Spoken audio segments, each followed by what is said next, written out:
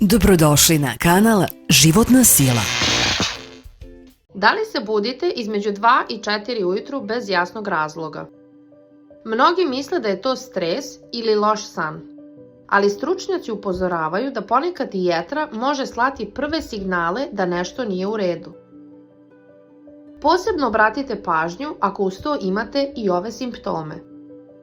Prvi znak je stalni umor. Ako ste često iscrpljeni, čak i nakon dovoljno sna, telo možda ne funkcioniše kako bi trebalo. Drugi znak je nadutost i osjećaj težine u stomaku, naročito nakon obroka. Treći znak su problemi sa varenjem masne hrane. Ako vam određena hrana sve teže prija, ne ignorišite to. Četvrti znak može biti pojačana želja za slatkišima i stalna glad, čak i kada ste skoro jeli. Peti znak je buđenje tokom noći bez očiglednog razloga, posebno ako se to ponavlja duže vreme. Dobra vest je da male promene često mogu mnogo da pomognu.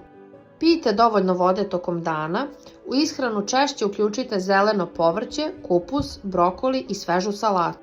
Smanjite gazirana pića, slatkiše i industrijski prerađenu hranu. Redovna šetnja od samo 30 minuta dnevno takođe može imati veliki značaj.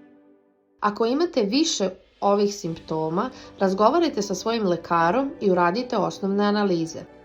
Vaša jetra radi za vas svakoga dana. Nemojte čekati da problem postane ozbiljan. Napišite u komentar jetra ako želite još ovakvih korisnih saveta za zdravlje ili dajte i vi neki dobar savet koji je vama ili nekome pomogao.